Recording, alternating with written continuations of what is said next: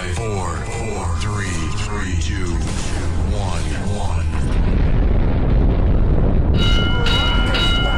To scratch and major itch. So enjoy your fruity pebbles, you yabba dabba bitch. They've killed him! I'm CM Punk, and I am the voice of the voiceless. Be the man! You gotta beat the man! Woo, woo, woo! You know it. I got okey doke by Little Jimmy! Live from the Pro Wrestling Report studios in Milwaukee, Wisconsin, this is Monday Night Meltdown with your hosts, Damian Nelson and David Hero. I'm proud to say we're doing things the Vince McMahon way. That's the bottom line. What? 'Cause Stone Cold said so. Bringing you all the latest news and views from professional wrestling, Monday Night Meltdown is on the air.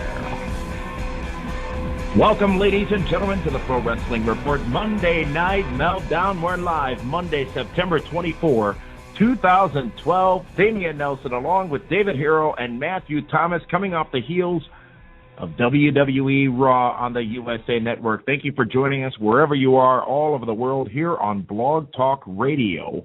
We're going to be taking your phone calls later on here in the broadcast. The number that you can call, 1-877-317-9772. So much to talk about, including a very surprising, if not shocking, ending to WWE RAW, where a Raw that featured several key moments, including the return of Jerry the King Lawler, a surprise appearance by Mick Foley, more anger management, and another return in the Big Show. But gentlemen, Matthew, David, how about that ending of Raw? John Cena saying he will be back in Hell in a Cell.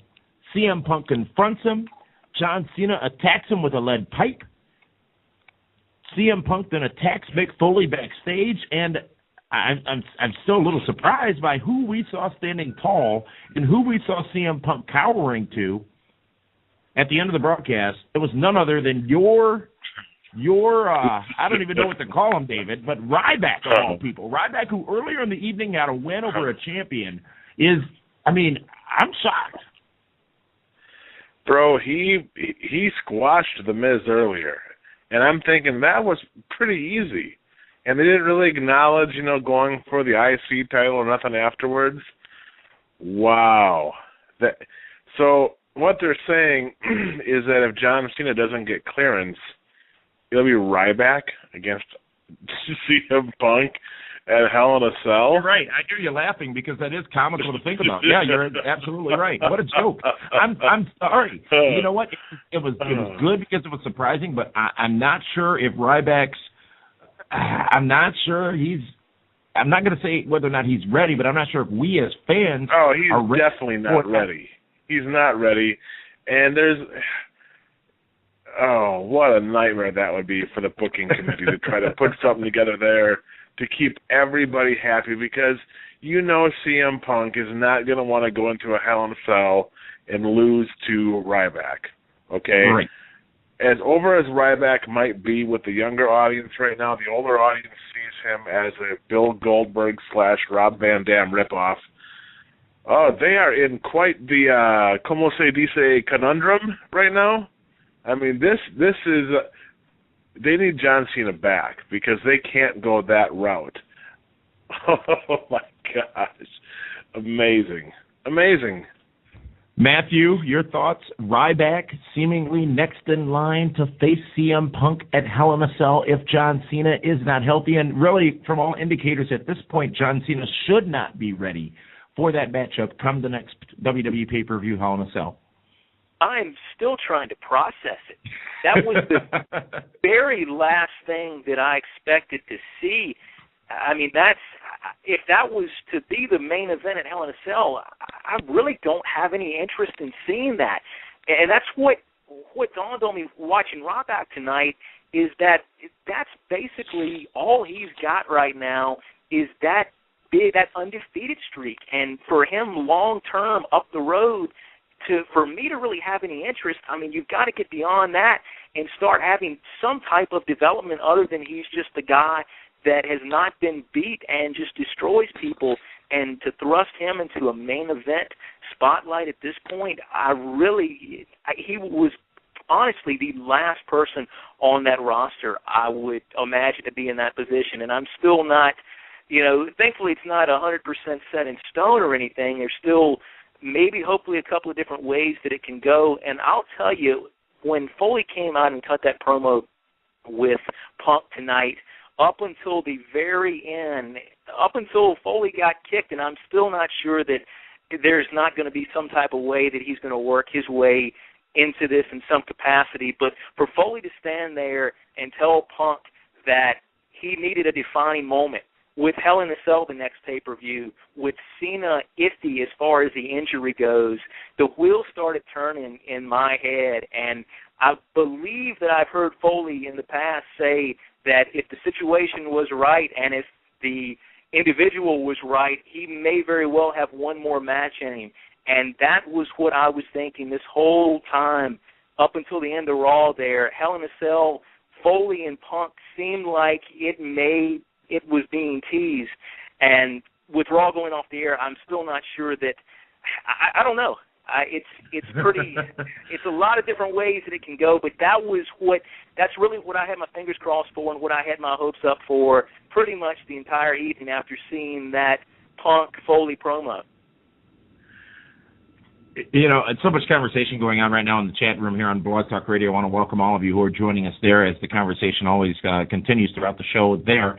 But, Matthew, you make some interesting points, including that of whether or not Mick Foley has that one more match or wants to do that one more match in him. David Hero, I would be hesitant to allow that if I were the powers that be at WWE, because the only thing Mick Foley has in that environment right now is big spots that he should not be taking, and big spots that the fans will expect, and big spots that will only be the thing that will make that match passable. So if they're going in that direction, maybe Foley will be involved somehow or another. But first, your thoughts on whether or not Foley should be in that matchup. And secondly, obviously Ryback presents it to us as the number 2 contender, if you will. But if not Ryback, then who? So first, Mick Foley, David Hero.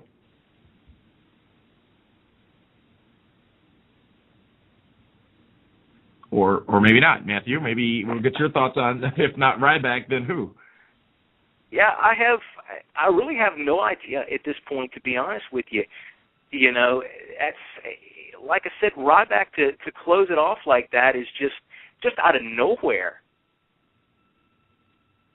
Yeah, but, the Big Show also returned tonight, as we said. I mean, they could have easily thrown him into that mix, but he seems busy with Brodus Clay and Tensai. I'm perplexed. As we look at Twitter right now, at PWR Show on Twitter, again, it's our name on Twitter, at PWR Show, we're asking you whether or not Raw was a pass or a fail. And we want you to retweet your thoughts from our tweet. Was it a pass or a fail from you, the fans' perspective, tonight? A lot happened before this surprising ending to Raw, and I think the real question with the surprising ending to Raw is, did it build any intrigue for next week? Ryback came out of nowhere and stared down the WWE champion CM Punk tonight.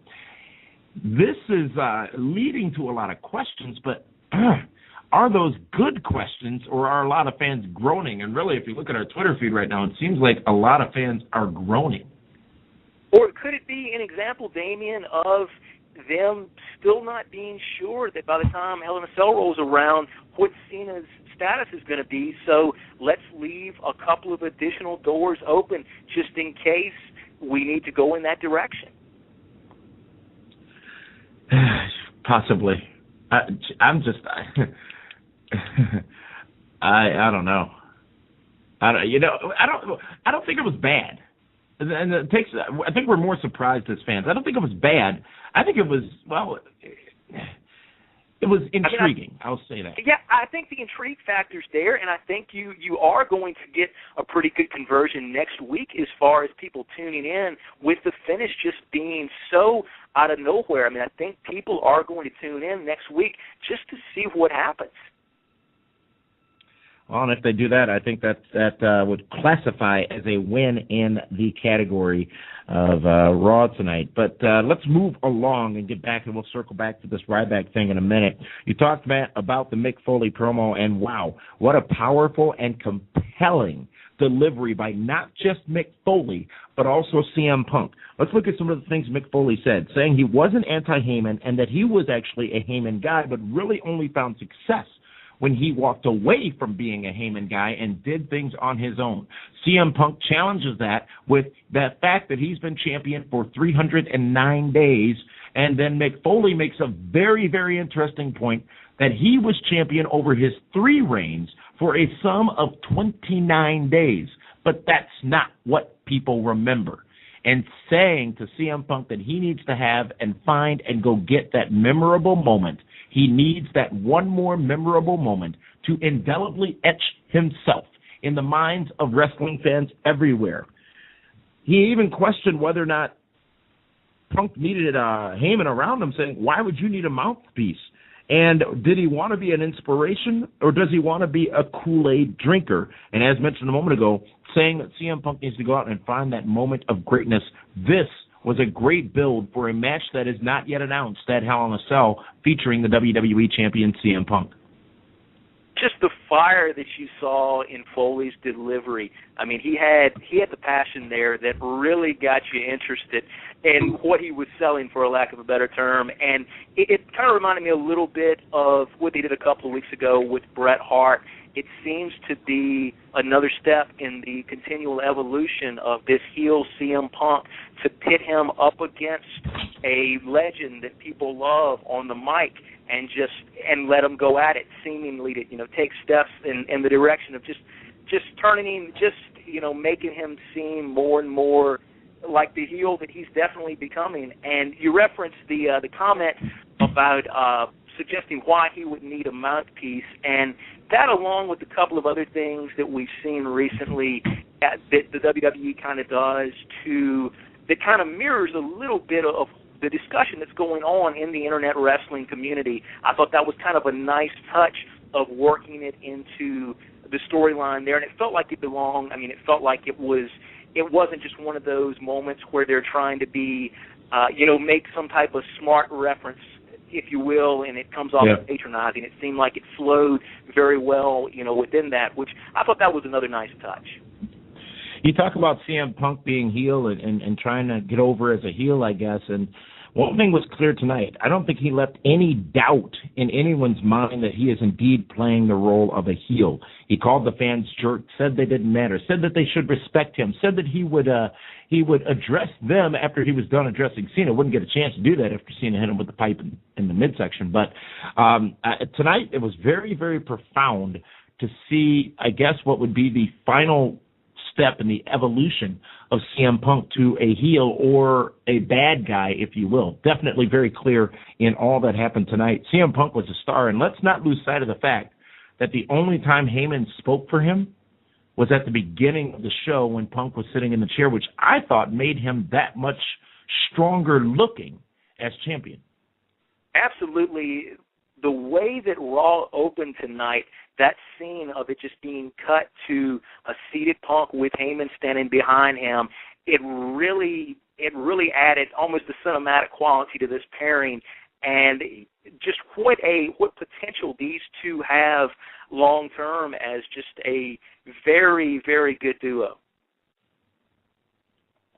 Well, a lot more happened on Raw tonight, including more anger management with Daniel Bryan and Kane. I guess you could almost call this one either Sleepless in Albany or when Gerald met Daniel, because they were in a diner somewhere in New York and did several segments, which were all very entertaining, including a cameo by Mae Young. But how about the when Harry met Sally? I guess, well, for lack of a better term, climax scene between these two tonight on Raw. Yeah, it continues to be entertaining, and between tonight and also on SmackDown the other night, these two are getting a lot of on-screen time. And I think it's warranted. I mean, the people are behind it. The people are enjoying it. And as good of a time as everybody's having with it, and as funny as it is, one thing that we need not forget about is how many times has the phrase tag team champions been said, or tag team champion been said since last Sunday. I mean, this I'm the tag team champions, I'm the tag team champions. It's funny and it's hysterical, but at the end of the day is the tag team championships are getting some on-air time. That phrase is being uttered more in the last week than I think we've heard it spoken on WWE programming in quite some time. Yeah, definitely.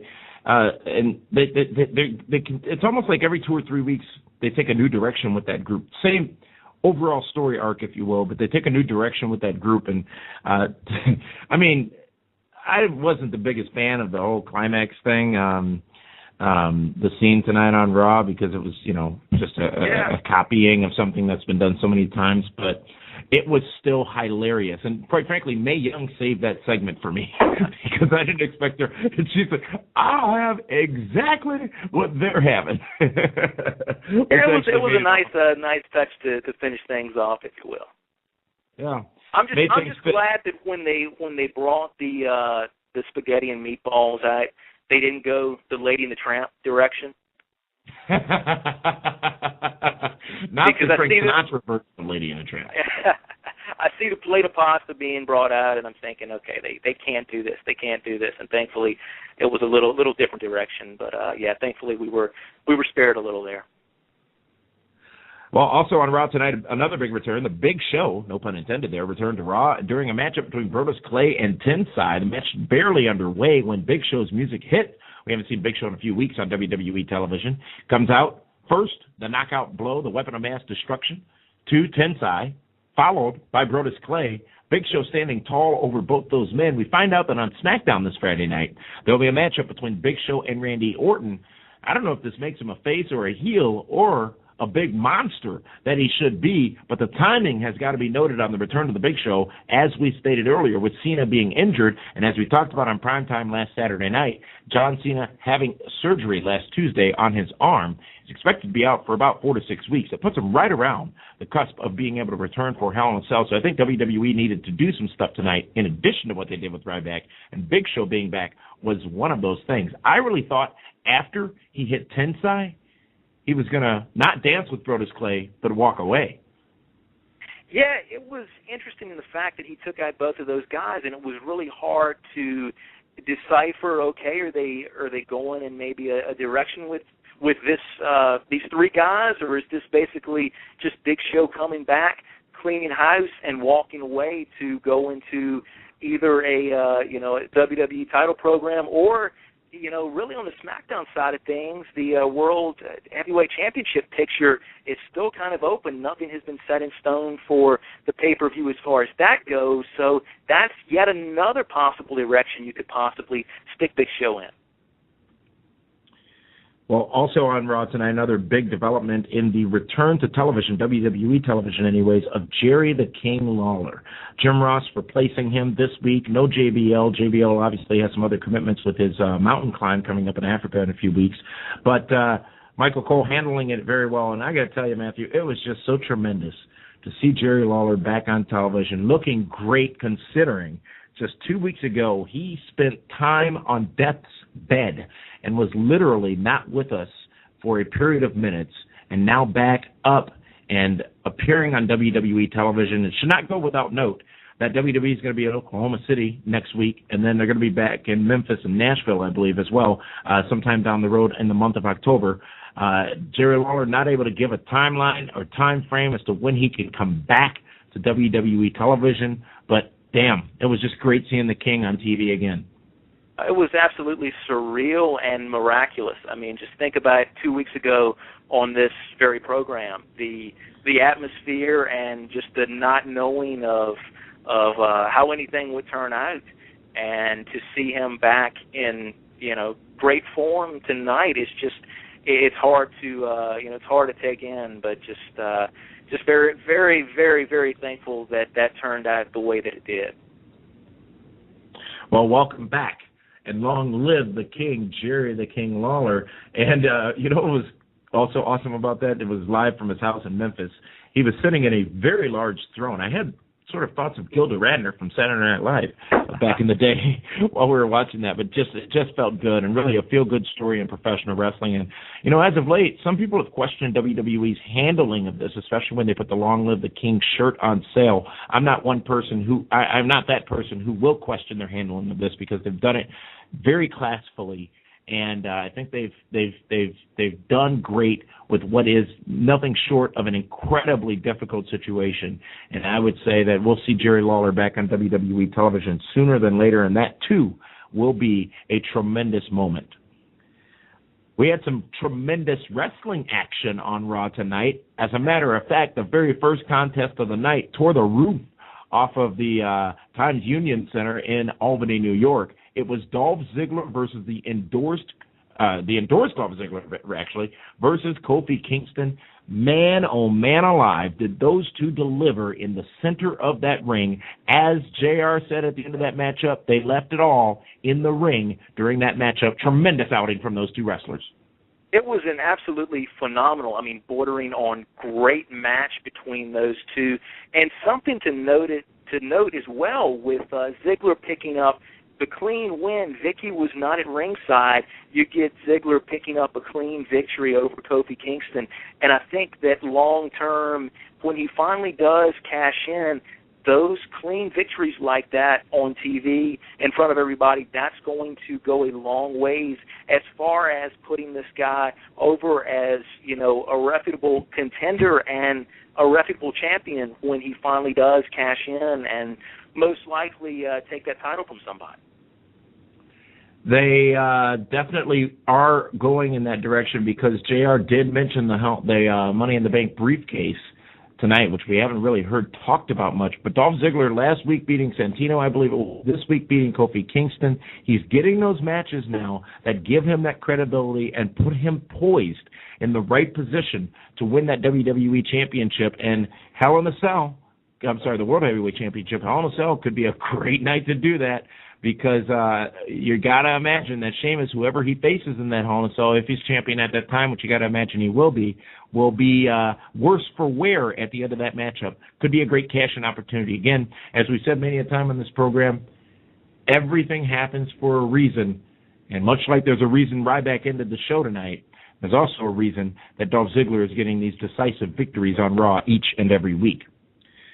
We also saw the Primetime Players versus Santino Marella and Zack Ryder, a dominant match for the Primetime Players, a short match as well, continuing to elevate them in the tag team division. And as we talked about earlier, Miz took on Ryback in a non-title matchup. I questioned why this match happened, but it was answered for me at the end of the night. Ryback defeating the Miz after the interference last week on Miz TV.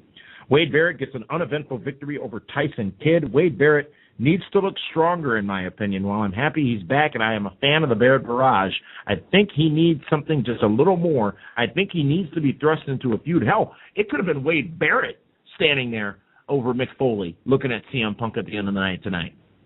Without a doubt, and the one thing that keeps coming through to me these last couple of weeks seeing Wade Barrett, it's just, this repackaging, it seems to be a little bit of a blandness almost with it now. And when he left television, he was somebody who, at least in my eyes, seemed fairly over as a heel. He was in programs with Orton, and he seemed to have a fairly noteworthy character established. And now since he's come back, it just, it seems to be missing a little something. And I'm wondering if the whole repackaging thing was a necessity from the start. Yeah, it seems like it, because now he's taken more seriously. And, he's definitely a great performer. He's definitely a great speaker. He's definitely a person who can be put in the main event scene in WWE. He just needs some more substantial competitors. And this is not taking anything away from one of the most talented men in the wrestling business right now, Tyson Kidd. But wrong place, wrong time for Kidd against Wade Barrett tonight. And last week it was Justin Gabriel. He needs more. And it seems like he's getting a little bit of mic time, but compared to what he had prior to going away, it really doesn't seem like he's getting all that much mic time. And coming and seeing Barrett come out with the coat with the little rose or whatever pinned to it, I mean, that character, seemed to just deliver a little bit more for me than what we've seen the last couple of weeks with this new repackaged Wade Barrett. Well, next matchup was a tag team matchup, a six-man tag team matchup. It's Alberto Del Rio team with David Otunga and Ricardo Rodriguez, who wrestled on a tuxedo a la Howard Finkel style, against Sheamus, the World Heavyweight Champion, Sin Cara, and Rey Mysterio. Solid matchup that saw the team of Sheamus, Sin Cara, and Rey Mysterio get the win. I am liking the team of Sin Cara and Rey Mysterio more and more and more each week, and as we talked about last week, it gives the fans a reason to care about Sin Cara, because up until this point, they haven't had one. Kane and Daniel Bryan come out to find out the new name of their team as voted on during Raw Active by the WWE Universe, and in a surprising selection, they picked Team Hell No. Well, Hell No was what Cody Rhodes and Damian Sandow said as they came out and attacked the tag team champions from behind. We've seen allegiance of those two on SmackDown as of late, and tonight they came out and got one up on the tag team champions. And at least we got one creative tag team name out of everything tonight. The Rhodes Scholars. Yeah, just Team Hell No over Team Friendship. Are you kidding me? Right. Well, we'll have to say that that's what the fans picked, because that's what we're told. Much like we were told in what we were told in Florida in 2001. But be that as it may, the Divas then shined as the endorsed Eve tag teamed with the fired, depending on what you read on the internet, Beth Phoenix, against Alicia Fox and Layla. Eve and Phoenix get the win in that matchup. However, after the matchup, Caitlyn makes a return on a crutch, says she had surveillance footage from being attacked at Night of Champions when Eve won that Divas Championship, and showed that it was a blonde, maybe Mrs. Peacock, but a blonde who had attacked her backstage on that night, and Eve then attacks Beth Phoenix. Clearly it was Eve. Eventually we'll find out, I guess for sure, that it was her. Yeah, at least I guess they're going some direction with a storyline in the Divas division. Layla's reign, it really just didn't seem to be anything storyline driven at all. I mean, she'd be on TV every second or third week, it seemed like. So I guess I'll give them some credit for going in at least a storyline-centric direction there. How it all pans out, that'll we still have to wait and see. But yeah, at least they're trying something there. Yeah. Well, those were the results of WWE Raw tonight. We want to hear what you thought about WWE Raw. You can follow us on Twitter at PWR Show on Twitter. Sent out a tweet just after Raw went off the air asking you to retweet if you felt Raw was a pass, and another one asking you to retweet if you thought Raw was a fail. We'll have the results of that tweet poll later here in this broadcast. But first, we're going to take a timeout. When we come back, we're going to go into the phone zone and find somebody who thought Raw was a pass, find somebody who thought Raw was a fail, and have them explain to us why. That, with the Pro Wrestling Report Monday Night Meltdown, continues right here live on Blog Talk Radio. Monday Night Meltdown continues after this, live on Blog Talk Radio.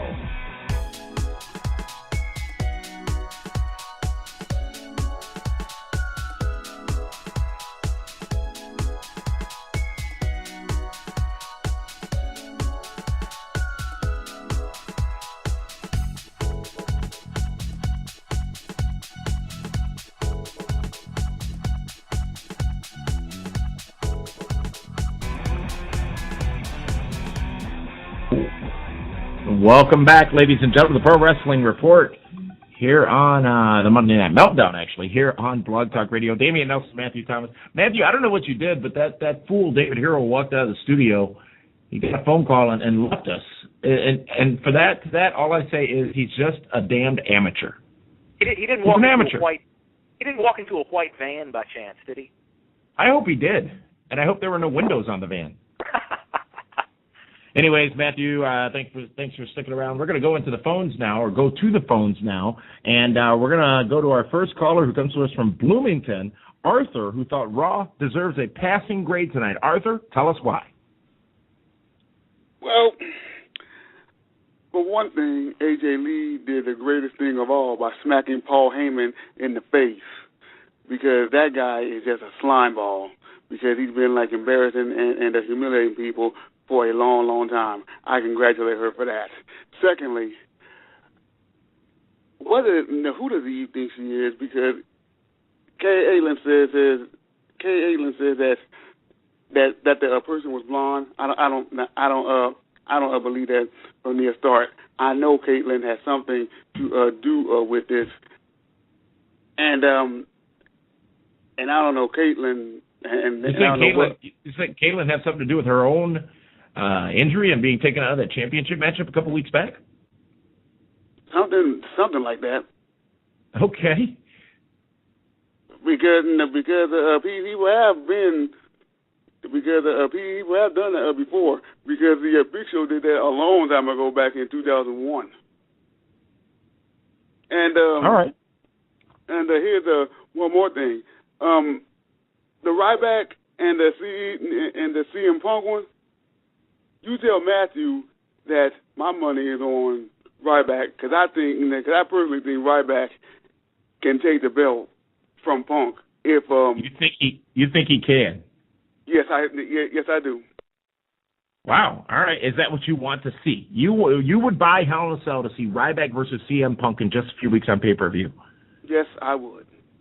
Wow. All right. Well, I'm not going to question that. I'm not going to doubt it. I'd rather see Cody Rhodes or The Miz or Brodus Clay or maybe even, probably not Heath Slater yet. But any of the endorsed talents could really step into that role super simply, especially after calling you consultation. Listen, oh, I consider myself... Well, no, see, listen, here's the thing. I don't like being produced.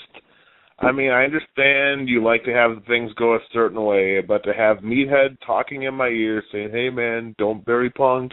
You know those guys listen. I didn't bury him. I just thought it was funny that Punk may have to go into a program with Ryback. And you're more concerned about your interview buddy that, you know, you got your big scoop with, you know, a few weeks ago and made fun of me and the combos and whatnot. I wasn't making fun of anybody. So I appreciate it. If we're all professionals, let me just say my piece. You laughing at the WWE champion earlier in this episode. You were laughing. It's on Memorex, bro. But it was funny.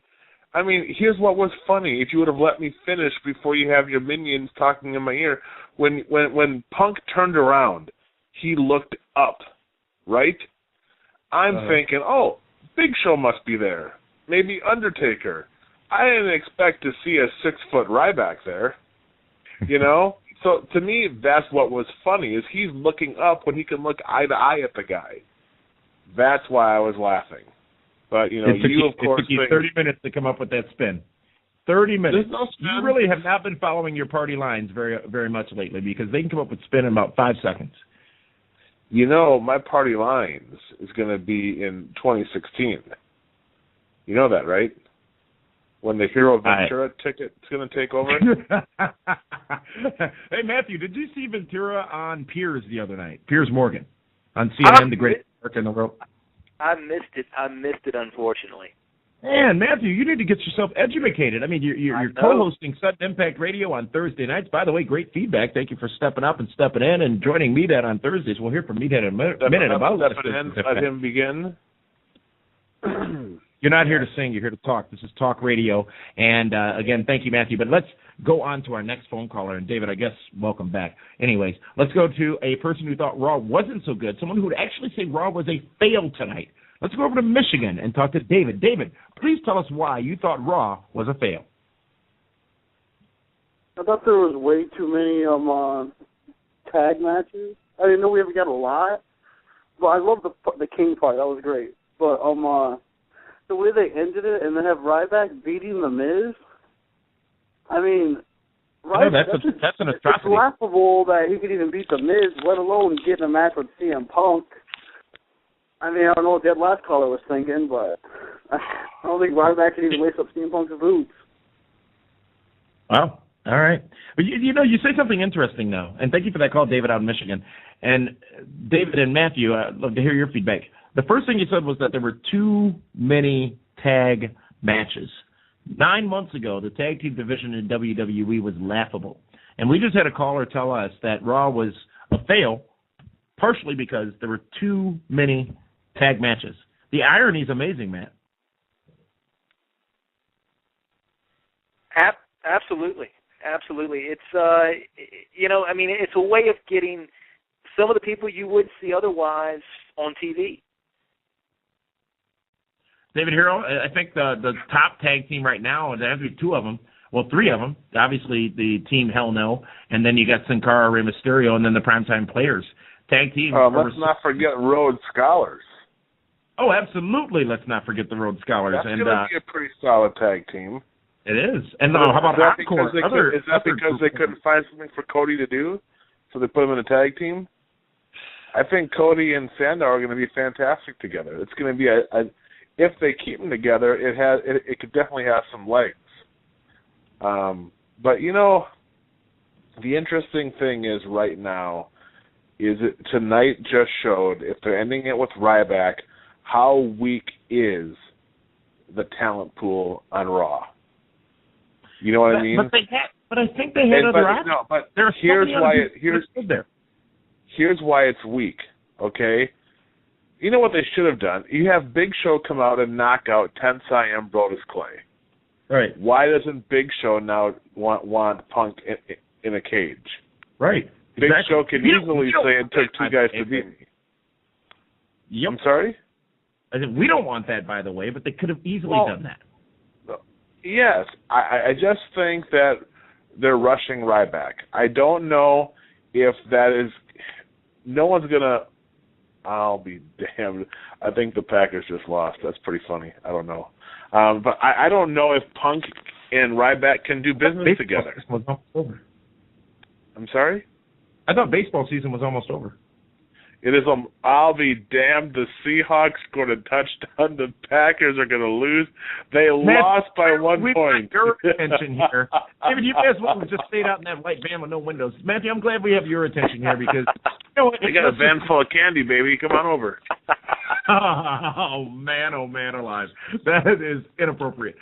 Let's go now to the man they call Meathead. Meathead, this past Thursday on Impact, the show ends with Jeff Hardy. Dude, the Packers, I cannot believe that just happened. I am so sorry, David, but what in the blue hell? I don't give a damn about the Green Bay Packers. This is pro wrestling. This is a real sport with real referees.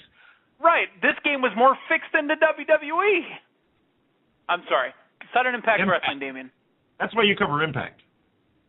Go ahead. No, it's your segment. Why did you you were setting it up. I'm so sorry. This Thursday. You know what? This show was going so damn good until David came back. Go ahead, Meathead. All right. So coming up this week on Impact, we heard a little bit last week from the Aces and Eights, and they said they can play the legal game too, the legal, ramifications game, because they had Joseph Parks, a.k.a. Abyss. They had Joseph Parks under their control at their clubhouse. Well, Aces and Eights invited Hogan to come hang out at the clubhouse. So this week on Impact, we're going to see Hulk Hogan actually go to the quote-unquote clubhouse of the Aces and Eights and see what happened, because they put a ball-peen hammer to the top of Joseph Parks' head, and they knocked him out cold. Also this week, we're going to see TNA Gut Check participant of the month, Evan Markopoulos. Can he earn a contract? He's going to have to, go up against the trio of Bruce Pritchard, Al Snow, and Taz on the broadcast. The haircut Al Snow, if you will, the one that lost all his hair. Also, apparently it's Championship Thursday, and the TV title, which we were promised over and over and over on, Impact every week, brother, was never defended in the last couple months. Well, I guess we're getting Devon.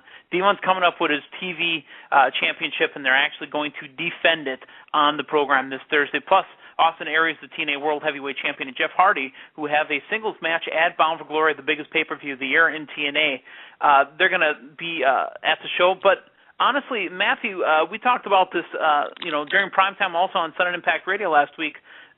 Bully Ray has nothing to do for this pay-per-view, and he may have just walked his way into a triple threat match for the TNA World Heavyweight Championship. All that and much more coming up this Thursday on Southern Impact. Thursday, 9 o'clock p.m. Central Time, right after Impact Wrestling goes off the air. Thank you, Meathead. You can join Meathead and Matthew on that show. You guys take phone calls, too, right? Right here on Blog Talk Radio for Southern Impact Radio on Thursday night. Well, get back to WWE Raw and give you our final thoughts. And firstly, I will say that I thought Raw was a solid, well-paced show again with some good wrestling. And what was key to me was we went from last week where a couple of stories were built to those matches actually happening this week, specifically Ryback and The Miz, Sin Cara, Rey Mysterio, and the Primetime Players.